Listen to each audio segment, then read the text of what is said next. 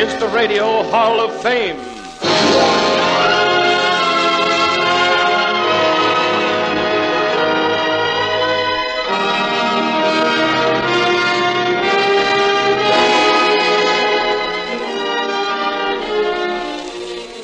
The Radio Hall of Fame is presented during the full hour ahead by the Philco Corporation, makers today of electronic battle equipment for the fighting forces of the United Nations. Makers tomorrow of equipment for good living in a free world united by victory. Cooperating with Philco are the editors and correspondents of Variety, who report for the Philco program all the news of all show business the world over every week. This week, the editors of Variety recommend for your pleasure, and Philco delights to honor in your name,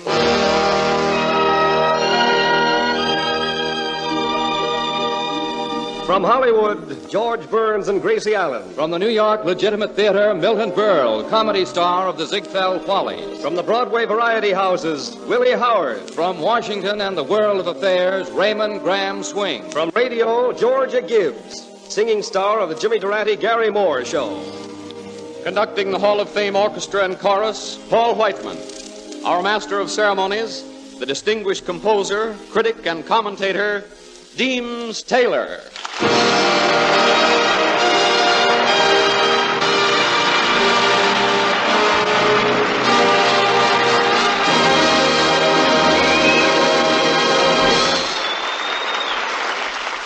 Good afternoon, ladies and gentlemen. This is Deems Taylor speaking for Philco. As you may have gathered from our list of players, today's program runs largely to laughter and song. A good notion, we think, for the year's beginning. Would you mind skimming through the cast of characters once more, Mr. Riggs? George Burns, Gracie Allen, Raymond Graham Swing, Milton Berle, Willie Howard, Georgia Gibbs. I suspect that Mr. Swing down in Washington must feel a bit surrounded. However, that's what makes a variety show. Variety. Highly recommended, I hear, as the spice of life. Also, it's a good idea to have Paul Whiteman as part of any such various goings-on, for Paul is constantly coming up with provocative notions. For example, the Whiteman Overture, now pending.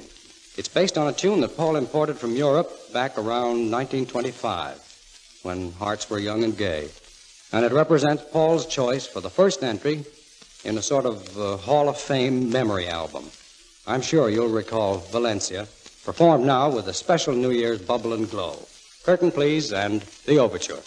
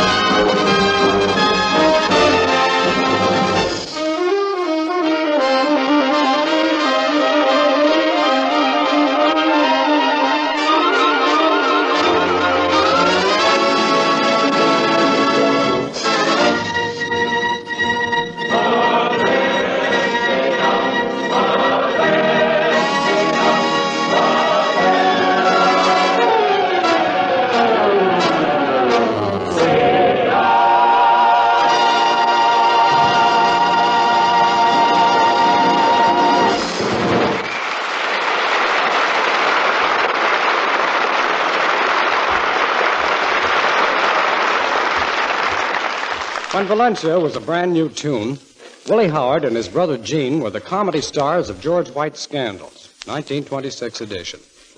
That was the show in which Ann Pennington danced the Black Bottom and Harry Richmond sang The Birth of the Blues. And whatever became of the McCarthy sisters, or do you care? Well, the important fact is this. Willie Howard goes on and on with no diminution in the quality of his grotesque humor. Somewhere along the road since 1926, Willie had an idea which he has since built into the sort of show business classic that belongs on the Radio Hall of Fame. He created Professor Pierre Ginsberg, teacher of French. His present refinement of that droll character is Variety's first choice for your amusement today. Willie is assisted in his dialectic endeavors by one Al Kelly, a specialist in utter confusion. Meet Professor Pierre-Alphonse Latour Gainsbourg, better known as Willie, You'll Eat Strawberries and Rocket Howard.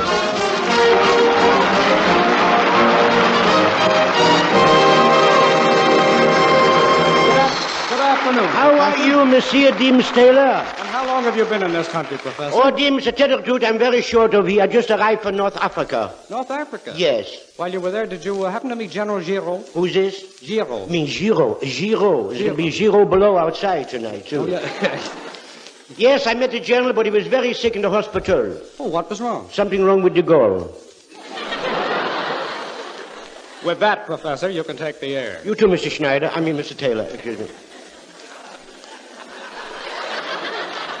My dear pupils of the radio, you know, it is very, very easy to learn how to talk French, providing you listen to every one of my lessons. Now, if you do, in a very short time, believe me, you'll be able to talking as good as I'm talking. But to get the greatest benefit from my lessons, you must secure one of my textbooks entitled French in 10 easy lessons or 5 hard ones. You can obtain this book, mind you, free of charge, just by merely sending in your name and address on a postage card or tear off the top of your neighborhood grocer. Or a facsimile or a stale bagel, anything you got. Although, mind you, this book will be sent out to free of charge without cost no money yet to pay whatever. There will be a sale tax charge of 94 cents. Little charge of $1.22 handling and mailing, making a total of $2 en consolidé, 16 cents. With each book I give away free, I also give you 1 ticket to see Oklahoma. But you gotta take the bus. Now the first situation we take up tonight in French conversation, we say you're living in Paris and the landlord will come for the money for the rent. You should tell him in French that you haven't got the money with you right now, so you talk in French like this, gay avec. Gay avec. Of course, I'm speaking occupied French. And now, my dear pupils, before I'm singeing off, I would like to quote the saying of that great French philosopher, Marquez de le fou de l'écancé de le, engrais vite, la patin l'avait longtemps content, son nom mon papa Dieu, honte longtemps. Who said? What did he say? Do unto others before they do unto you. And now, Pardon me, Professor, before you go, would you be good enough to give me a little advice? What, a French lesson? Something that has to do What with is the French. trouble here? Well, you see, I've been going around with a girl for some time. When she told me to trade back with the theme because I found out she wouldn't give me a chance to prosper any part of my own theme, I tried to grade back the forward, but in my case, it's so bad because I have no way Wait a minute. What are you doing, the flight of the bumblebee?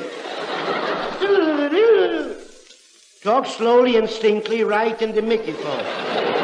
Well, you see, when I started going with the girl, Professor, I had no idea that she's the one who wants to grade back to the Floyd. Because after all, you must realize, in my case, I am the type of a man that wouldn't even want to go back to Famous. Because she's the one who tries to tell me how to cross these. You want to... But I want to get out the best way I know without telling her how to cease from. But if she doesn't do the slave, you must realize I wouldn't tell me. Without having? Without having Dr. B, she would try to tell me, but otherwise I wouldn't slave him.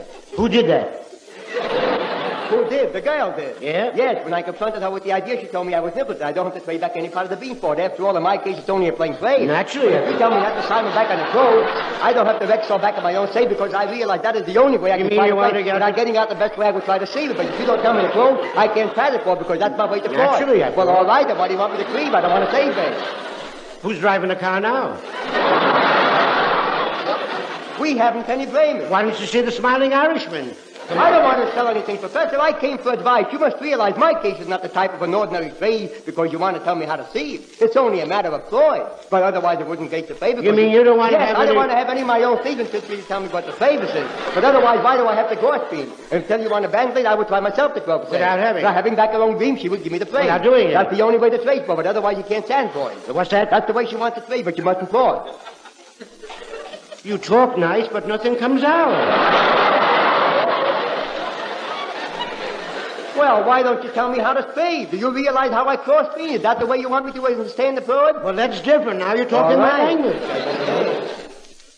Boy of mine, I feel very sorry for your case.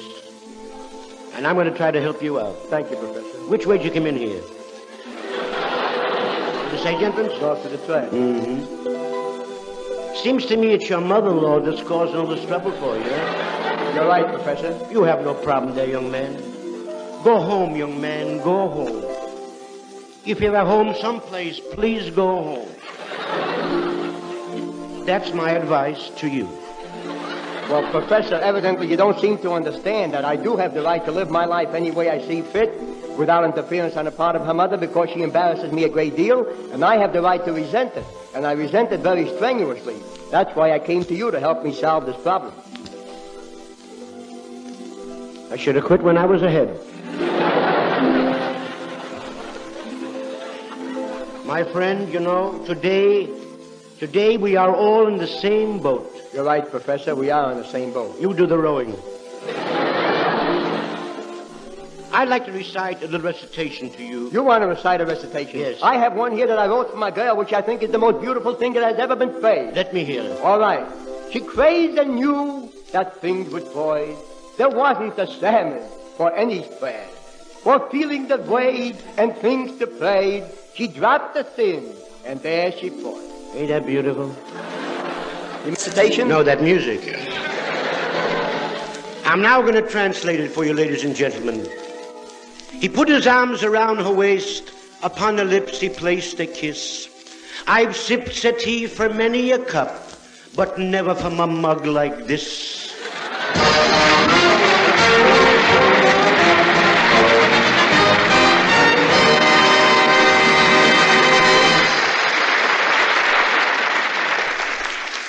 As we stand at the threshold of a new year, the men and women of Philco Corporation reflect upon the opportunities and responsibilities that lie ahead.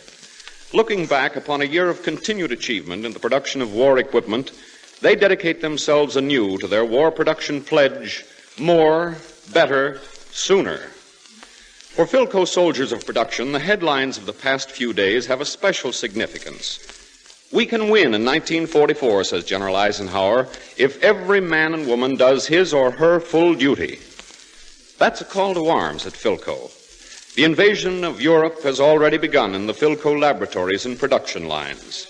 As the leader of the radio industry for 12 straight years, their special assignment is the development and mass production of radio and electronic equipment for the planes and tanks of the United Nations.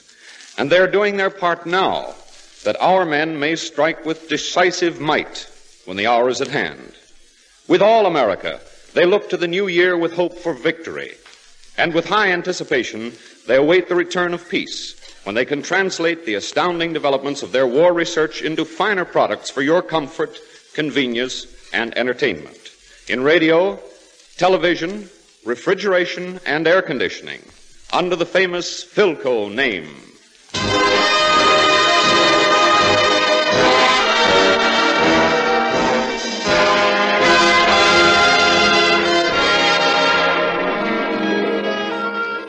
A Girl and a Song, Georgia Gibbs and Shoo Shoo Baby. Regular listeners to the Jimmy Durante Gary Moore show on Friday nights have been telling the world about Georgia for some months now. And insiders in the music business, according to Variety, have been saying, here's a new kid on her way. That's the girl, Gorgeous Georgia. The song was written for Miss Gibbs last spring when she opened a cafe society downtown. The first time she sang it on the air in Hollywood, it created a considerable stir among the Vine Street set. Enough stir so that someone else promptly snatched up the recording rights. You've heard the song many times since, and here for the Hall of Fame record is the original superheated Georgia version.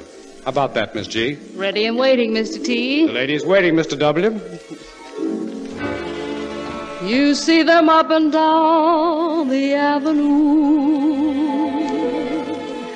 but now he's wearing the navy blue. She had a tear in the corner of her eye as he said his last goodbye. Shoo, shoo, shoo, baby. Shoo, shoo, shoo, baby. Shoo, shoo, shoo, baby. Papa's off to the 7 seas. Don't cry, baby. Don't sigh, baby. Bye, bye, bye, baby. When I get back, we'll live a life of ease. Seems kind of tough now to say goodbye this way. Papa's got to be rough now so that he can be sweet to you another day. Shoo, shoo, shoo, baby. Shh, baby. Shoo, shoo, shoo, baby. Papa's off to the 7 seas. Shoo, shoo, shoo, shoo, my baby. Shoo, shoo, shoo, shoo, my baby. Shoo, shoo, shoo, shoo, my baby. Papa's off to the 7 seas. Don't cry, cry, my baby. Don't sigh, sigh, my baby.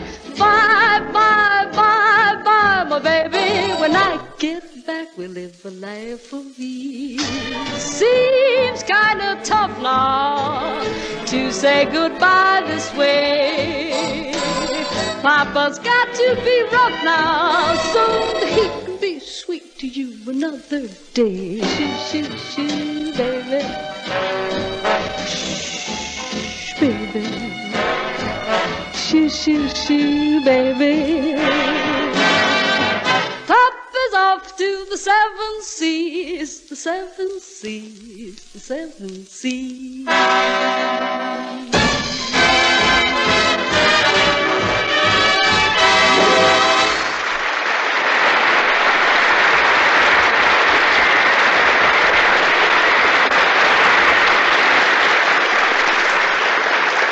Beneath the laughter and song this new year, I'm sure most of us have felt a growing anxiety as the stupendous military action impends on the shores of the European continent. To assess for us the portents of 1944, Variety has chosen for the Hall of Fame, and Philco is proud to honor, Raymond Graham Swing. The voice of Raymond Swing is the voice of reason and common sense. His countrymen have discovered that fact for themselves in the years that he's been on the air, in the terrible years since Hitler's rise. His voice today is the voice of hope in this coming trial. This is Raymond Graham Swing, speaking from Washington.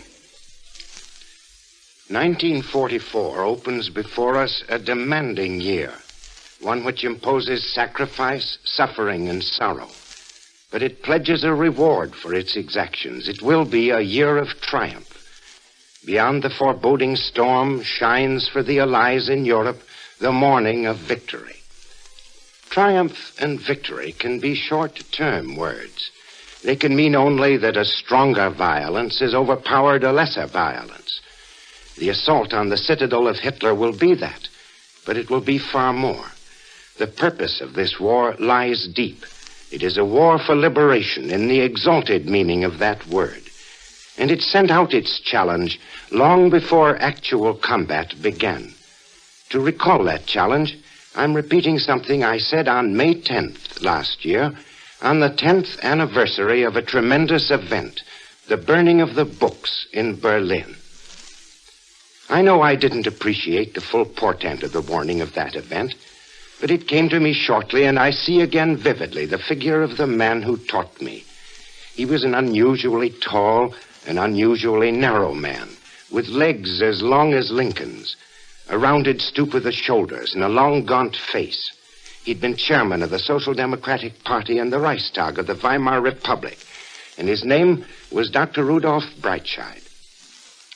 In my newspaper days in Germany, I'd come to know him well, and after Hitler seized power, I knew that he had managed to escape to France, and then he came to London, and I was deeply moved to hear that I should be allowed to have an hour with him alone at the home of a member of the House of Commons. I found him in that home, slumped, and it seemed almost collapsed in a big chair.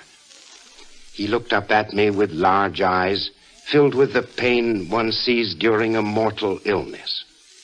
The first glance at him told its story. Here was a man whose life work was in ruins, who had lost not only his country, but all possibilities of serving his country or himself, a man bereft and broken. I expected him to tell me in that hour about himself and his escape, and to give me the news of our personal friends in Germany, many of whom I knew had been tortured by the Nazis. I was keyed up to withstand the shock of the brutality our friends had suffered. But I was stopped short by his tragic appearance and was unable to start the conversation. I hoped he would begin without prompting in his own way. He was silent for quite a time. Then he looked up with an expression of utter helplessness in his face, and he said weakly, but with horror, "Swing, they're burning books." I was startled, and for a moment I thought he was being irrelevant. I was expecting news of persecution, torture, and terrible personal disasters. And he began by mentioning what I already knew, that in Berlin they were burning books. But he was a true messenger of tragedy, for that was, in the furthermost depth of the tragedy, the burning of books. That was the symbol of it. A power had been formed in Germany capable of assassinating ideas, of destroying other men's words of truth, of shackling the freedom of men's minds. And that was what distinguished the Hitler regime from all other modern political menaces. Personal hardship, arrest, even torture, these were the inevitable lacerations of violent revolutions. But what other movement had begun with the flaming signal to mankind that it was no longer to be free to think, to search for truth, to exercise its mind? This was promising the end of the aspirations of all civilization. True, Hitler's organized hooligans were torturing their enemies, beating them with steel whips, expressing against them the brutal excesses of diseased personalities. But that was not the mark of the regime, nor the meaning of it to Hitler and his close associates. It meant to them a blow at their chief foe, for they were set to wield power over the world. The chief foe was not the hapless Democrats of Weimar Germany, nor was it the Jews. The chief foe was thinking, ideas, the free search of truth, and Hitler struck that foe. He put his foe in a fire. That fire has not died, and it will not have died until Germans themselves have free minds again, and no power remains on the face of the earth to deny the liberty of man's mind. And when the history of this awful war is written, there's a description of it that would be fitting. It was the war to put out the fire which Hitler lighted in Berlin that day in 1933.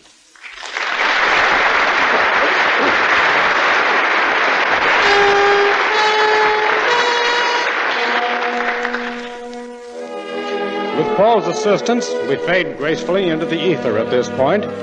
On the other side of the fade-out, we have a date with George Burns and Gracie Allen, Milton Berle and Georgia Gibbs. Would you kindly trip the switch, Mr. Riggs? This, Mr. Taylor, is the Blue Network.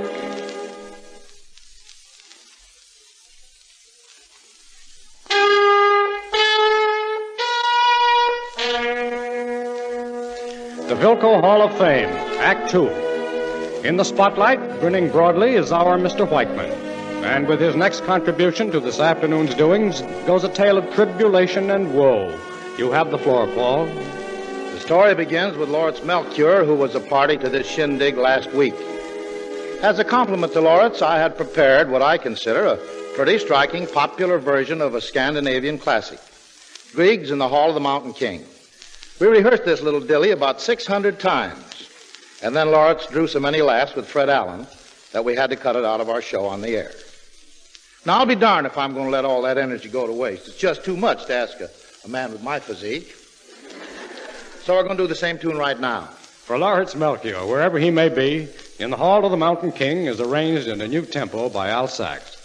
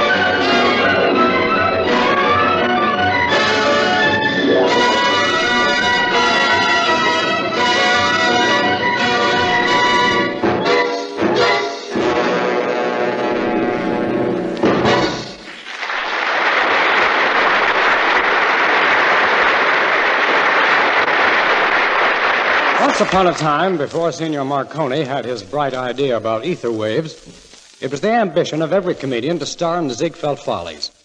Nowadays, the funny men yearn for a High Crosley radio show. We have with us this evening a bright young man who, in his comparatively short span of years, has satisfied both ambitions. Variety recommends, and the Hall of Fame accepts with open arms, Milton Berle, top billing lad in the current Follies.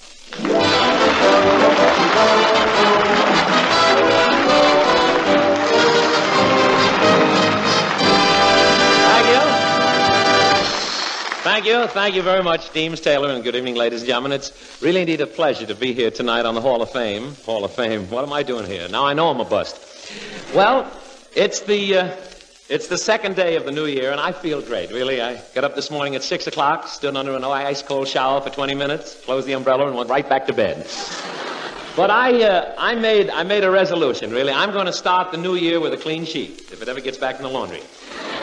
Walter Winchell, he was very sweet. He remembered me this New Year's. He sent me a very lovely bouquet of roses with a lovely card. It said, "Roses are red, sometimes they're pink. Sometimes you're wonderful, and sometimes they were beautiful roses." I had a swell time this New Year's Eve. I started off by having one rye after another. I must have at least had about 10 slices. And must have had about 10 slices. I liked it. Well, What fun I had, really. I made the rounds. I went to the Essex House, the Town House, the Hampshire House, and I wound up in the Station House. I'm not kidding. Everybody was so drunk I could hardly see them. And you should have seen Broadway. Boy, was it crowded. I was about to put my hand in my pocket when I made a left turn on 45th Street. And the crowd pushed me into a phone booth with two other people. This I must tell you. One of the guys thought I was a telephone, so he dropped a nickel in my mouth, stuck his finger in my eye, and started to dial my face. Yesterday, Paul Whiteman was very, very sweet. He invited me to his house for a New Year's dinner. For a holiday, the prices were very reasonable, too. I mean it. He didn't have the usual turkey this year. He bought a new one. The turkey, I think the turkey weighed 94 pounds. It was so fat they had to put a girdle on it to keep the stuffing in. There were a lot of interesting people at the party. I saw a glamour girl there. She was just reeking with perfume. The playboy just reeking with money, because I was there just reeking. Where's the rest of this joke? Wait a minute. What a swanky party. They didn't serve napkins. The waiters walked around with roller towels. I mean it. Then they served, they served navy bean soup. And I called over the waiter. I said, what are those two noodles doing in there? He said, shh, convoys. I said, now look, waiter. I said, I'm Milton Berle. Have you got any beef? He said, yeah. Why are you on the radio and why am I a waiter? They had so much food during the meal, I reached across the table for another piece of butter. Armless Berle, they call me. One guy at the party made a glutton out of himself. He had 2 orders of turkey, 3 orders of cranberry sauce, and 6 helpings of stuffing, some pie and coffee. Boy, was I sick. I was eating food so fast, one girl thought I was a romantic screen star. She said, look at that, Clark Gable. Oh, no, I was wrong. She said, look at that Club Gobble. That's what... But that Paul Whiteman, he can put away a little food, too. He ate everything on the table, then he started chewing on something. I said, wait a minute. I said, that's my shoe. He said, too late. I got gravy on it.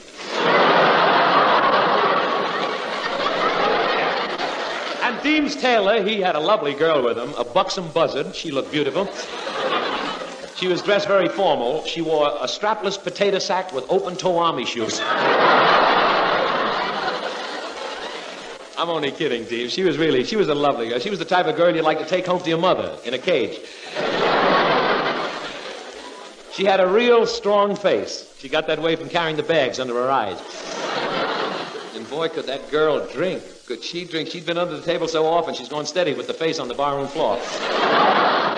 Of course, I didn't fool around with the girls. I just stood on the side like I do every New Year's, and I reminisced. I remembered where I was born. In a little town just outside of Boston, Phoenix, Arizona. I'll never forget the day that I was born. People stood around my crib and they stared at me until I got so embarrassed I got up and put on my kimono. You should have seen my horoscope, too. I was born under Taurus the Bull, but I didn't mind. It was shady there. But I didn't mind. It was shady there. That was a lollapalooza, wasn't it? But when it came to brains, I was in a class by myself, kindergarten. But after all, what's life? A good magazine. You see, which joke are you working on, Don? You see, in my early days, I had to work hard. I worked like a dog, and soon I began to look like one. I'm not kidding. I started to get fan mail from Cocker Spaniels. But ladies and gentlemen, I didn't come here tonight to talk about myself because I'm in no mood for flattery. I'd rather talk about my cousin Joe, who's in Camp Ritchie, Maryland. I just got a letter from him, and I'd like to read it to you. He's a great soldier, Joe. He's been in the Army 3 years, and he's just been promoted. He is now a private. I mean, he used to be a buck private, but he was shooting dice, and someone took the buck away. Well, here's the letter. I'll read it. It says, Dear Milton. Calls me by my maiden name. He says, Dear Milton, I'm writing this letter from the guardhouse. The captain caught me peeling potatoes with his electric razor. But I don't care. I just got my wings today. Tomorrow I get the rest of the chicken. I like the Army. I like the spirit the soldiers have down here. One for all and all for one. Until a pretty girl passes by, then it's every man for himself. I went to the GI New Year's dance. GI dance. That's a commando raid set to music. I dance, Cousin Milton. I dance with a sweater girl. My luck. I always get the ones that knit them, not the ones that wear them. I like that one. I like that. All the boys had to entertain at the dance, and I told some of your jokes. I'll be able to take the cast off in 3 weeks. Before I close, Cousin Milton, I want to thank you for those expensive cigars you sent for Christmas. Next time, don't smoke them so short. Signed, Cousin Joe. Oh, wait a minute. There's a P.S. He says, P.S., I listened to the Rose Bowl game. I like football. It's a wonderful sport. Even Hitler is playing it. Everybody's waiting for him to kick off. Isn't that cute? Good night.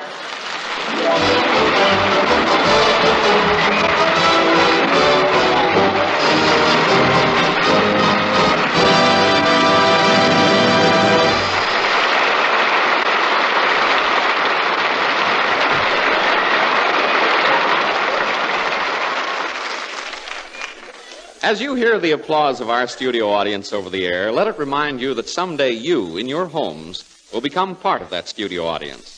Yes, the time will come when you will see, as well as hear, the stars of the Radio Hall of Fame over a Philco television receiver. That's one of Philco's dreams for the future in establishing the Radio Hall of Fame. There's as much to delight the eye as to please the ear on these programs. And for some tomorrow, we see the opportunity to bring to your homes the charm and personality as well as the art of these performers.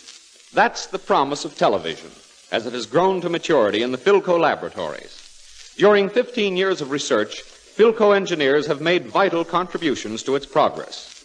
Today, an experimental audience in Philadelphia is enjoying studio programs and sports events direct from the scene through the Philco television station.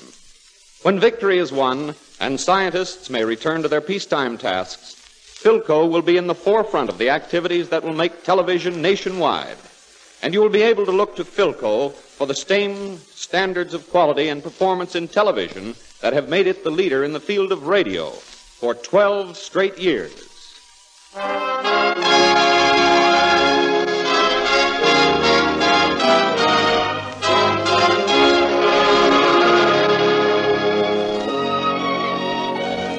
The same girl and another song. This time an old song recommended to the Hall of Fame by the verdict of the years. The girl is Georgia Gibbs, of course. The song, Harold Arlen's Stormy Weather. Incidentally, Miss Georgia hails from Worcester, Massachusetts. She has a down east accent, a sweetheart in the Army, and a beautiful mahogany tan acquired by sunbathing among the gag writers on the roof of the Hollywood Plaza. Miss Georgia in Stormy Weather. I walk around heavy-hearted and sad. Night comes around and I'm still feeling bad. The rain pouring down, blinding every hope I have. It's bittering, battering, beating and spattering. It drives me mad. I don't know why. There's no sun up in the sky. Stormy weather. Since my man and I ain't together. Keeps raining all the time. Life is bare, gloom and misery everywhere. Stormy weather, I just can't get my poor self together. So weary all the time,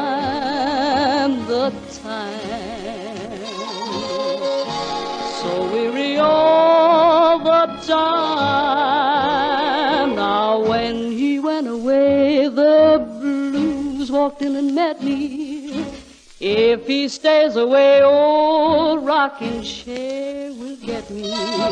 All I do is pray the Lord above will let me walk in the sun once more. I cannot go on. Everything in life is gone. stormy weather. Since my man and I ain't together, keeps raining all the time, keeps on raining all the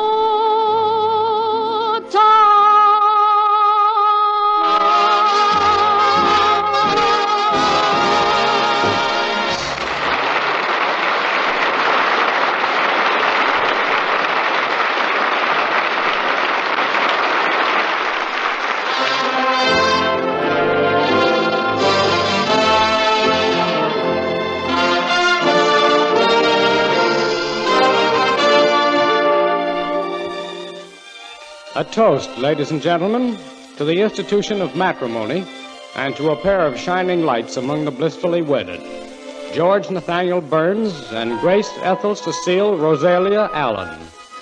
In short, to the Philco Hall of Fame, at Variety's invitation, enter Gracie Allen and husband George Burns. George and Gracie met originally in Union Hill, New Jersey, always a romantic spot, and almost immediately joined forces for life. That partnership has paid off in love for two and laughter for millions. We journey then in the twinkling of an engineer's eye to Hollywood, where we meet the people who live in the Burns house, George and Gracie.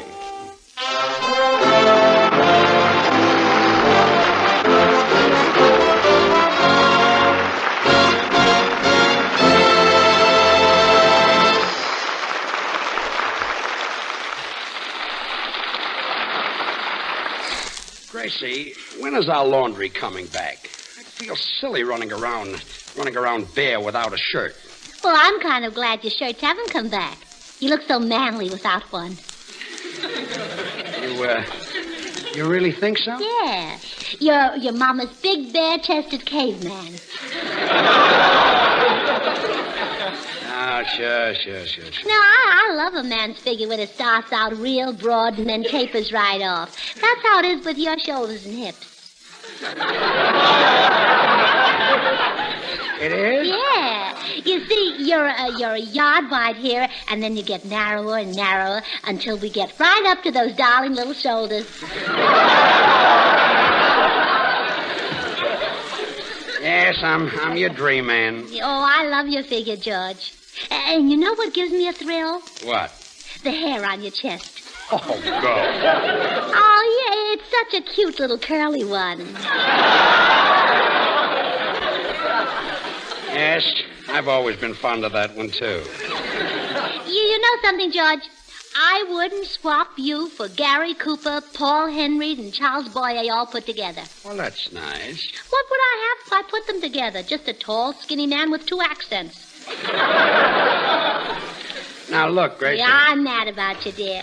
Let other women dream about finding a pot of gold at the end of a rainbow. Our marriage was my rainbow, and you were the pot I found.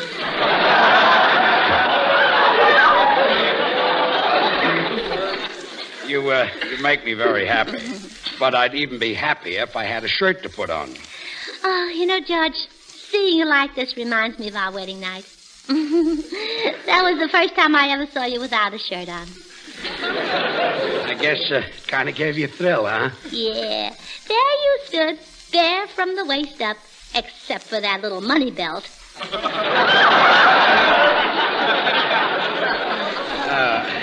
Was I wearing that? Yeah, and I was surprised. When you were courting me, you always carried your money in your shoe. I did? Yeah. I used to look out the window and watch you coming up the walk when we had a date. If you didn't limp, I knew we'd stay home.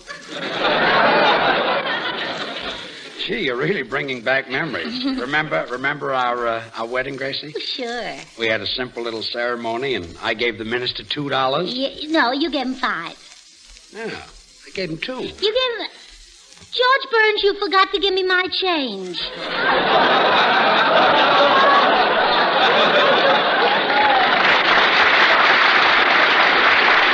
Well, I I was so excited I didn't know what I was doing. Remember after the ceremony we went to the Hotel St. Elmo, the nicest hotel in town? Seemed like the nicest hotel in the whole world that night. Oh, you said I was the most beautiful bride in the whole world. I loved hearing you say that, even though I knew it was true. Well, Gracie, you were the most beautiful bride in the whole world. And you were the handsomest groom in that room. Well, thanks, kid. We had the bridal suite, room 206. Gosh, you even remember the number, huh? Oh, sure. The room next to ours was 208, and then came 210, and then 212, and then came our bathroom. All right. I remember every little detail of our wedding night. We had dinner in our room, and then we unpacked our bags. Yeah. And then we played a few games of checkers. That's right. Oh, but I was too excited to play well. Mama beat me every game.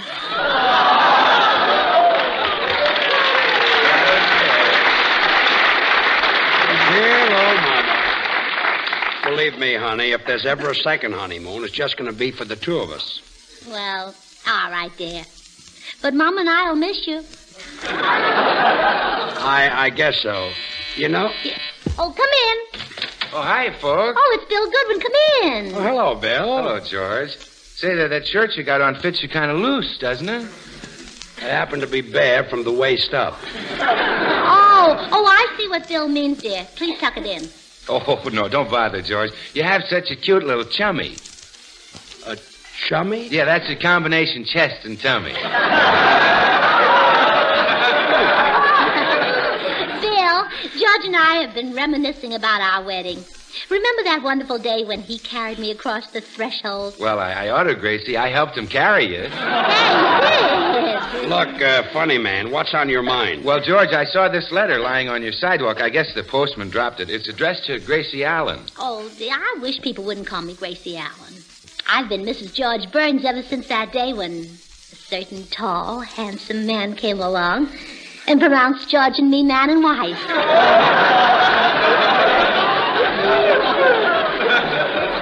Well, see, that must have been a nearsighted justice of the peace if he pronounced George a man. Oh, very funny. Bill, thanks for bringing the letter in. See you later. Okay. Well, goodbye, Gracie. Goodbye. So long, pin-up boy. Oh. Who's the letter from, dear? Oh, it's from my brother Willie.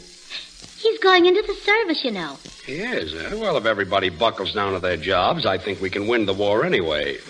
Well, George Burns, how can you talk that way? My brother Willie will be a wonderful soldier. I bet he isn't in the Army 2 weeks before they make him at least an ensign. Oh, sure. Or maybe even a Commodore. He had to give up that big new job he just got, of course. But I guess the Army needs him even more. What big new job? Oh, it was a very important position. They asked him to clean out some bottlenecks at one of the biggest plants out here. Really? Which one? 7-Up. I say, and now he's in the Army. Well, practically. He takes his physical today, and then he'll be off for some remote corner of the earth like Alaska, China, the Tommy Manville Islands, Burma. The Tommy Manville Islands? Yes, and Burma. The Tommy, you don't mean the Solomon Islands. Oh, yeah, that's the place. I knew it had a bunch of wives. Well, you were pretty close. Yeah, anyway, I went shopping yesterday and bought some presents for Willie. Things for your brother to take away with him. Stuff the Army doesn't buy for their soldiers for some silly reason. You know, like a waffle iron and a smoking stand. That's the kind of stuff you bought him? Sure. I bought him a bridge table and a rowing machine and an electric fan. Stuff that'll come in very handy. I should say it will, especially the electric fan. Suppose they send him to some hot place like New Guinea. Can't you just see that poor boy out there in that steaming jungle suffering from the heat? And then he turns on my electric fan.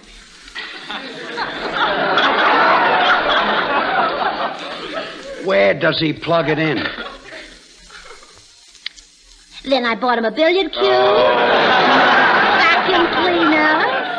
Oh, and just in case they send him to Alaska, I'm giving him a beautiful picture of my sister Bessie to hang in the barracks. Your sister Bessie? Yes. Maybe the boys would rather have a picture of Lana Turner hanging in the barracks. Don't worry. After the boys have been in Alaska a few months, Bessie will look just as good to them. You might have something there, Gracie. And also, in case he goes to Alaska, I got him a very special kind of a nightshirt. What's so special about it? Well, it's really 3 nightshirts all sewed together. 3 nightshirts sewed together? Yeah. Well, the nights are much longer up in Alaska, you know. I'd throw in a few thousand sleeping pills, too. What if they should send him right into the front line? Oh, I thought of that. That's why I got him a Swiss yodeler's costume. A Swiss yodeler's costume? Certainly. If he gets into the front lines, he'll be very anxious to appear neutral. Gracie, open the letter. Oh, the letter. All right. Well, what does it say? Oh, George. My brother's going to be a bombardier. Well, good for Willie. Oh, now I know what to get him. A bucket of waste kitchen fat. A bucket of waste kitchen fat? Well, they make bombs out of that. I know that, I know. Well, you see, my brother Willie'll drop the grease on the streets of Berlin, and hundreds of Germans will slip and fall. I see. That'll make those heinies sore.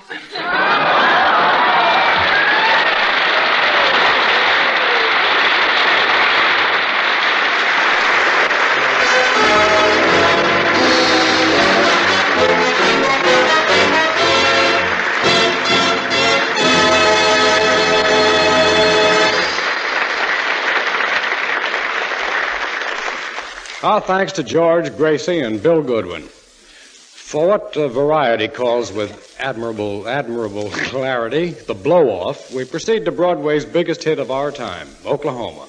Paul, the chorus, and the orchestra boys into the title song as follows. Brand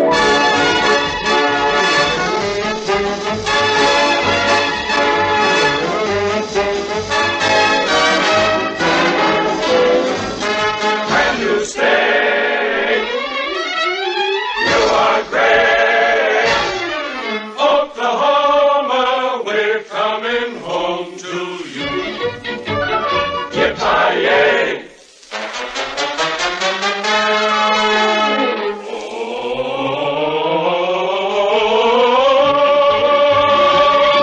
Oklahoma, where the wind comes sweeping down the plain, and the waving wheat can sure smell sweet when the wind comes right behind the rain.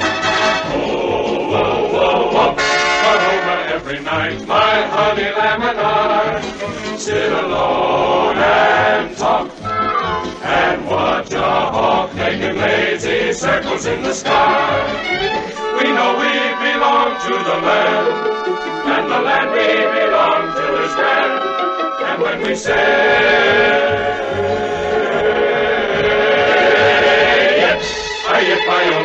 yippee-yi-oh-yay, we're only saying you're goodbye, Oklahoma, Oklahoma,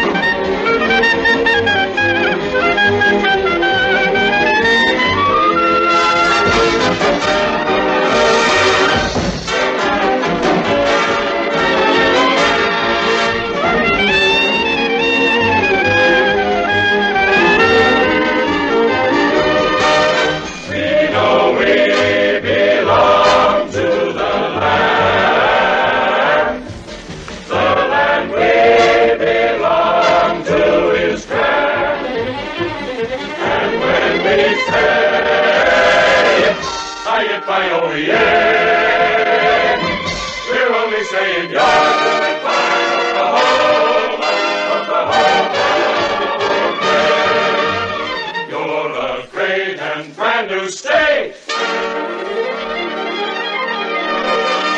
and we're gonna treat you great.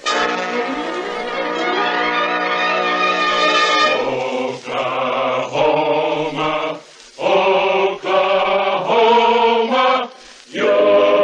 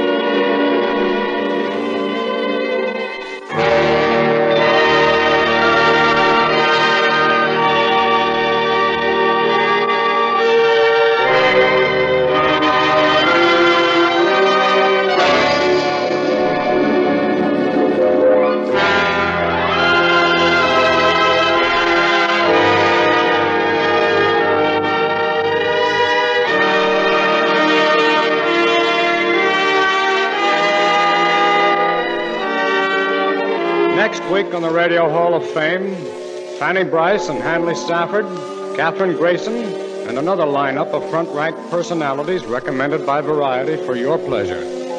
We'll expect you at the gates of the hall this time next week, this station. Signed, Deems Taylor. The production and writing staff of the Radio Hall of Fame includes D. Engelbach, George Faulkner, and Abel Green, editor of Variety. Special musical arrangements are by Ted Dale. George Burns and Gracie Allen are sponsored by Swan Soap. Raymond Graham Swing by the Saucony Vacuum Oil Company. Georgia Gibbs by Camel Cigarettes. This is Glenn Riggs wishing you a happy new year from Philco dealers and distributors throughout the United States and Canada. And from the Philco Corporation, makers today of radio, communications, and electronic materials to help win the war. Makers tomorrow of materials for good living in a world at peace.